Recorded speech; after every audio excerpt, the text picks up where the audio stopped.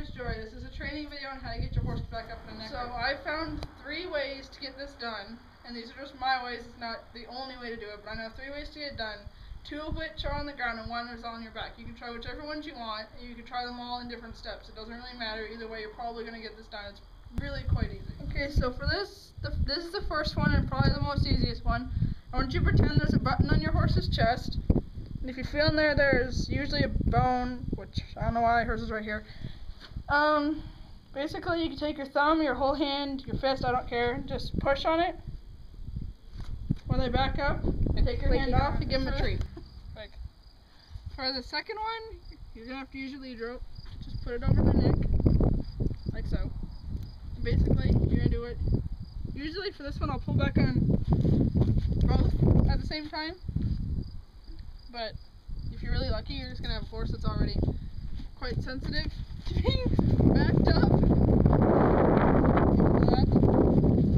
You guys take the lead rope off. And all you're going to do is pull back here and hold for a long time.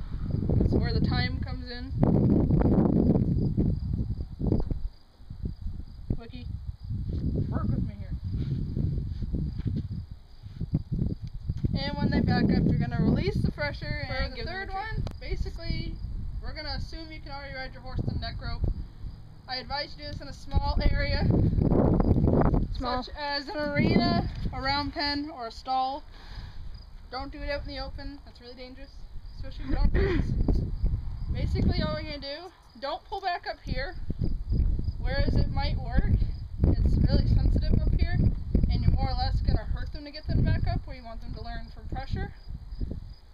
Just take your lead rope and run it back and forth, and every time she backs up, completely release. Okay, now we're going to go get a green, stubborn horse from somewhere, and we're going to show you what it looks like on a horse who's never done it before. Okay, so we got my little assistant Skylar on Miss Magic, and if you're wondering why I'm not riding Magic, it's because I strictly don't ride horses I haven't already worked with, and this is Sky's project.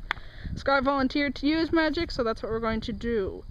Alright, Sky, first start by, well, let's see, what are we going to think about here? We're going to do the one, I guess, where she's on her back first, and go over that. Sky, go ahead and pull back and shimmy the neck rope. Yes, Magic is asleep. Magic has never done this before. So that's why, like I said, it's all a waiting game. As I said, you're going to need time. There you go.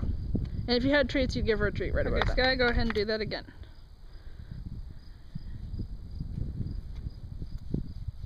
And the reason you're going to rub the neck rope back and forth is it doesn't hurt them, but it's irritating.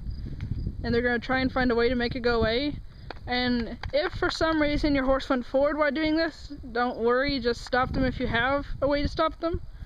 And continue to ask till they back up. Do not release the pressure until they back up. Okay, this is the stubborn horse we're going to use. This is my project, Little C. I'm not going to tell you what her real name is because I hate it, so she's Little C.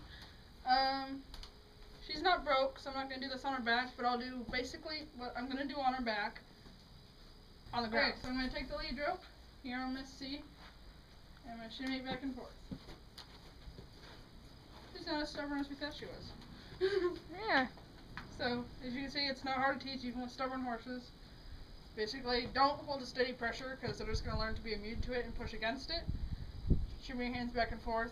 But don't do it really hard-handed. It doesn't take a lot. Just have to annoy them. That's all you gotta do.